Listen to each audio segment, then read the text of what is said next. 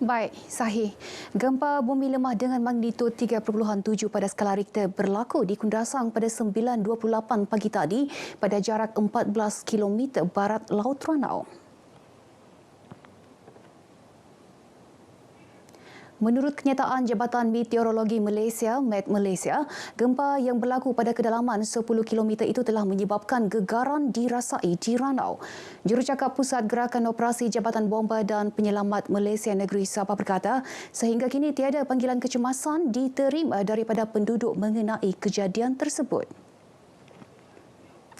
Agensi Penguatkuasaan Maritim Malaysia akan terus memperketatkan kawalan di perairan Sabah sepanjang perayaan Aidilfitri menerusi op khas pagar laut yang dilancarkan 19 April lalu hingga 17 Mei depan.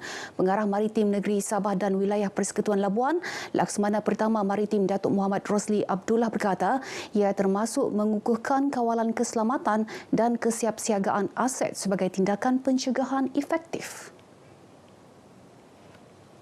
Ia berikutan pelaku jenayah rentas sempadan lazimnya mengambil kesempatan ketika musim perayaan kerana beranggapan kawalan longgar berikutan petugas bercuti dan meraihkan perayaan. Dalam musim-musim perayaan seperti ini, kita bukan sahaja sentiasa peka dan waspada, malahan kita mempertingkatkan unsur-unsur aset-aset kita untuk terus memantau dengan ketat perairan negara.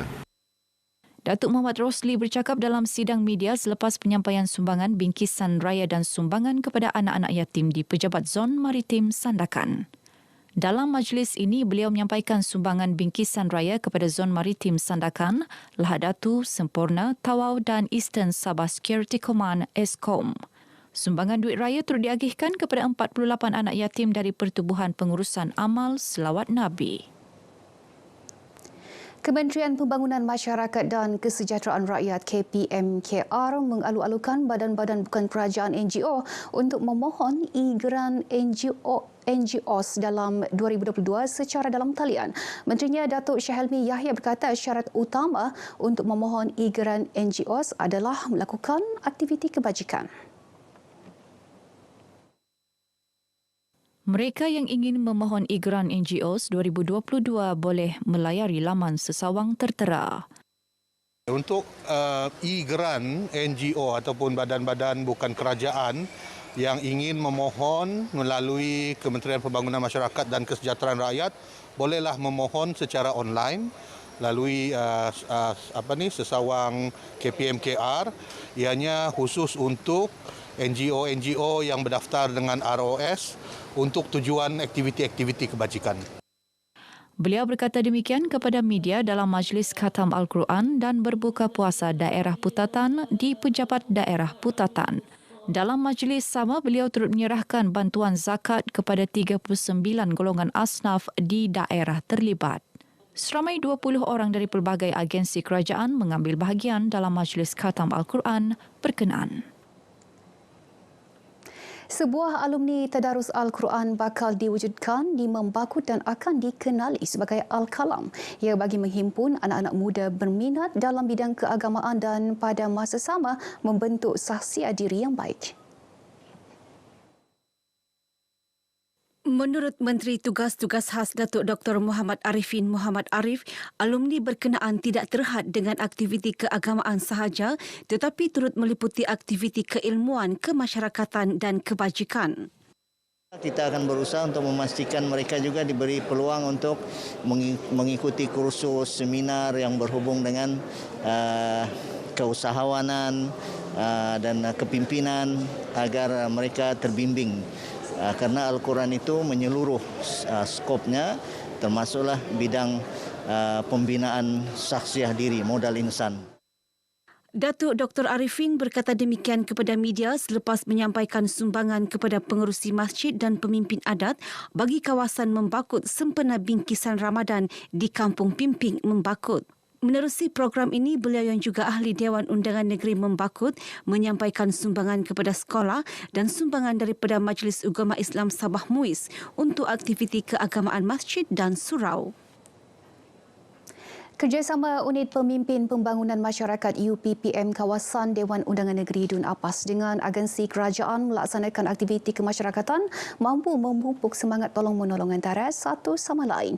Ia penting memandangkan melalui kerjasama itu pelbagai bentuk tanggungjawab sosial korporat CSR dapat dijalankan bagi memberi manfaat kepada golongan sasar. Inilah satu jalinan kerjasama yang harus kita teruskan di masa-masa akan datang kerana kerjasama secara orang bilang strategik ini akan dapat memudahkan apa jua aktiviti dalam kita membantu rakyat dan masyarakat yang memerlukan bantuan. Apalagi dalam bulan Ramadan. Pembantu Menteri Kewangan Datuk Nizam Abu Bakar Titingan yang juga ahli Dewan Undangan Negeri Apas ditemui RTM dalam majlis berbuka puasa di Masjid Babul Khair Kampung Titingan Tawau. Dalam majlis ini, Datuk Nizam turut menyampaikan bantuan kewangan kepada mangsa kebakaran di Kampung Kurnia Jaya berjumlah RM105,000 sumbangan Lembaga Tabung Haji. Selain sumbangan dan bantuan kepada Persatuan Mualaf, bantuan kepada kelas kafah SK Titingan serta bantuan zakat kepada golongan asnaf. Isteri yang di-Pertuan Negeri Sabah Toh Puan Nurlidah Tan Sri RM Jasni berkenan menghadiri Majlis Khatam Al-Quran Perdana Anjuran Persatuan Tindakan Wanita Islam Sabah Pertiwisa di Kota Kinabalu. Hadir sama isteri Ketua Menteri Datin Sri Panglima Julia Salak. Menurut Pengerusi Pertiwisa Zaliha Muhammad Kasim, program ini antara acara tahunan bagi mengimarahkan bulan Ramadan. Sebelum ini, program berkenaan diadakan secara dalam talian berikutan pelaksanaan Perintah Kawalan Pergerakan bagi mengekang penularan COVID-19. Selain Khatam Al-Quran, Pertiwisa juga aktif menyalurkan sumbangan kepada penduduk terjejas bencana dan golongan asnaf. Terdahulu, peserta Khatam Al-Quran turut mendengar tazkirah bertajuk Keagungan Al-Quran yang disampaikan penceramah bebas Dr. Atsyah Bahrun. Baik, paparan tadi mengakhiri perkembangan dari Sabah. Teruskan bersama Berita Wilayah untuk lebih banyak kupasan isu dalam negeri. Kembali kepada Sahih. Silakan.